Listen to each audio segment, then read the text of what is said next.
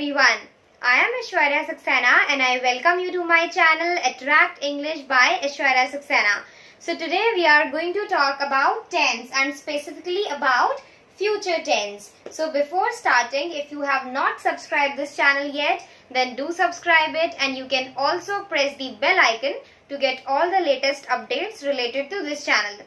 So we have already covered the past as well as present tense, and now we are going to talk specifically about future tense. So before starting, let's have a brief introduction of tense, that what tense actually is. So tenses deal with the time of any action or event. So whenever any action or event takes place, then definitely it is having some time of its occurrence. So tense deals with that time, and on the basis of that only we divide it into types. So past tense is what? When some event has taken place in past.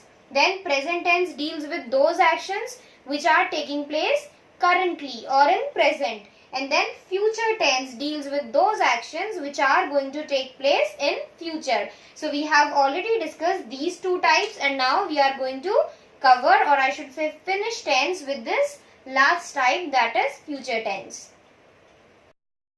Now let's discuss the definition of future tense. Future tense deals with those actions or events which will take place in future. So things that are going to take place in future are mentioned or are written or said by using future tense. Okay, so examples, let's make it more clear via examples. First is, she will buy a new car. So yes, here this sentence is indicating towards an action that will take place in future. She will buy. Okay, she has not bought a car yet and she is not getting it right now, but she will buy a new car. It means this action is going to take place in future. Second, I will attend the party. So again, will is indicating that the action will take place in future. I will attend the party. So this is how we use future tense to show actions which are going to take place in future. Future tense is basically classified into four subcategories. They are simple future, future continuous, future perfect, and future perfect continuous. So now we are going to talk about each of these subtypes in detail. The first two types that we are going to discuss are simple future and future continuous. So let's start with simple future.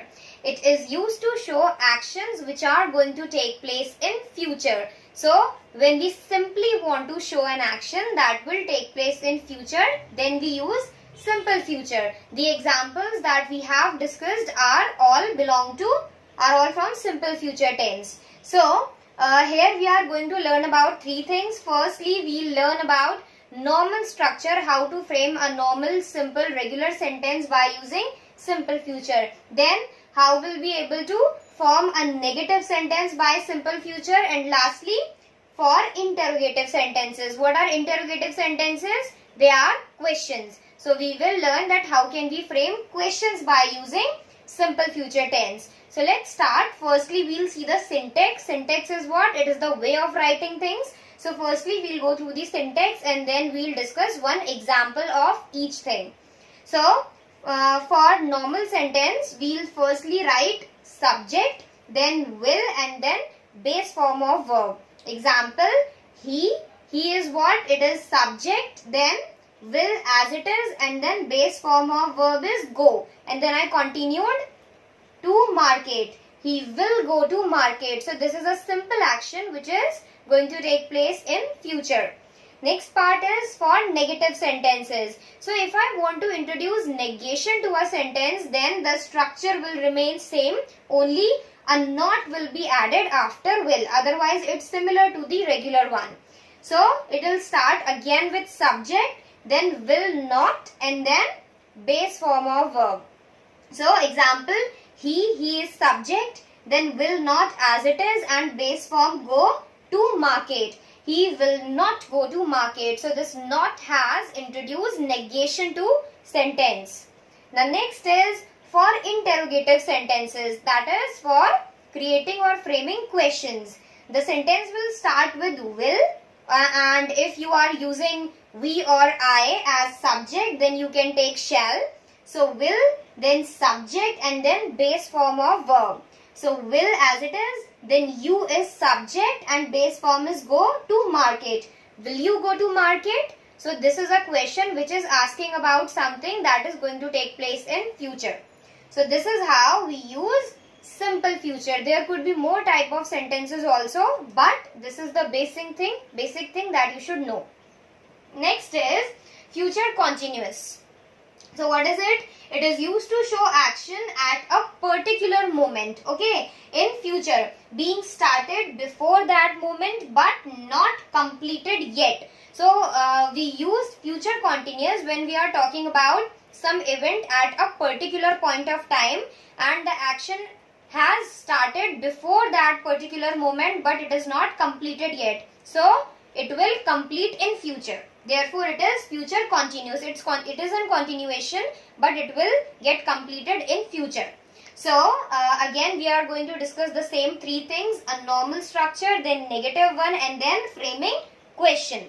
So, for normal sentence in future tense, we will start with subject, then will, and then be, and then base with ing. Base with ing, why? To show that the action is in continuation. Example, he, which is the subject, then will and be as it is, then going, that is the base form with ing, to market. He will be going to market. Next, structure for negative sentence. So for negative sentence, the structure will remain same, only a will be added. Okay, so subject, then will, then not be. Okay, and then base with ing. Example, he, that is the subject, will not be as it is, and then going, that is base with ing, to market. He will not be going to market. So by using not, I have introduced negation. Last part is interrogative. How can I frame questions? So firstly I'll write will. Again, if you are using I or we, then you can use shall. So will, then subject, then be, and then base with ing. Example, will as it is, he, that is subject, then be as it is, then going is what? Base with ing, and then to market. Will he be going to market? So this is how you can frame question by using future continuous tense. So there are a lot of things which you cannot just remember by listening, barely listening all these things. So better note down all these things so that you will have all the stuff. The next two types are future perfect and future perfect continuous. So firstly, let's talk about future perfect. It is used to show action that will take place before another action in future. So whenever an action will take place before another action and it is going to take place in future, then that is represented or shown by using future perfect tense. So here again we are going to learn about three type of structure. Firstly the normal one, then negative sentences, and then interrogative sentences. So for normal sentence we will first need to write the subject, then will have, and then past participle form of verb.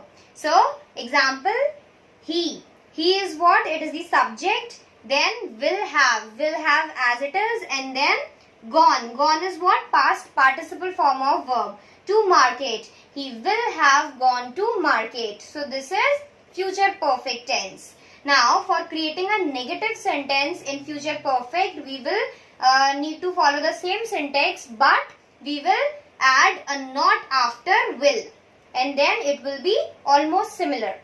So firstly subject, then will not, then have, and past participle form of verb. Example, he is subject, then will not have as it is, and past participle form of go is gone to market. He will not have gone to market. This is negative sentence for future perfect. Now interrogative sentence. So how will we create question by using future perfect? Firstly we will write will, then subject, then have, and then again past participle form of verb. So will as it is, then he is subject, then have as it is, and gone is what? It is past participle form of verb to market. Will he have gone to market? So this is question in future perfect tense. These things we need very rarely. They are not very frequently used, but still we should know about all these things. Therefore, you note down all this. And next is future perfect continuous. It is a combination of future perfect tense and future continuous tense. So, the syntax also will look like as if it is derived from these two things. Okay, so let's firstly go through its definition and then we'll see the way of writing this. It is used to show action that is ongoing and will continue till some time in future. So the action which is presently being done, which is in continuation, ongoing, and it will end in future at some particular point in future. Those types of actions are represented by future perfect continuous tense. Now we'll go through the syntax. Structure for future perfect continuous. Firstly, we'll write subject, then will have been as it is, and then base with ing form of verb.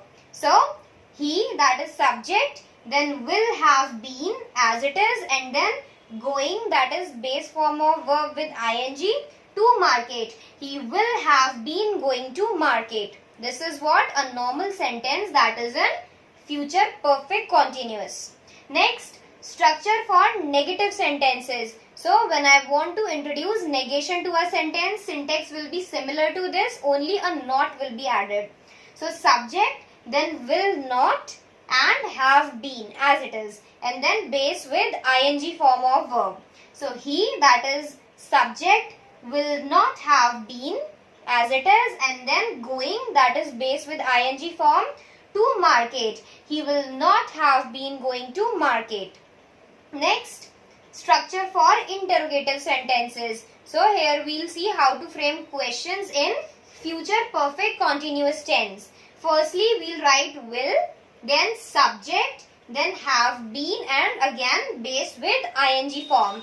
So, will you have been going to market? This is a question which is in future perfect continuous tense. So, this is all about future tense. I hope I am clear with the topic. Still, if you have any doubts or queries, then you can drop comments and I will be there to respond to your queries. If you have any suggestions for the betterment, then also you are most welcome. You can find my videos on Unacademy too. And if you have not subscribed this channel, then do subscribe it.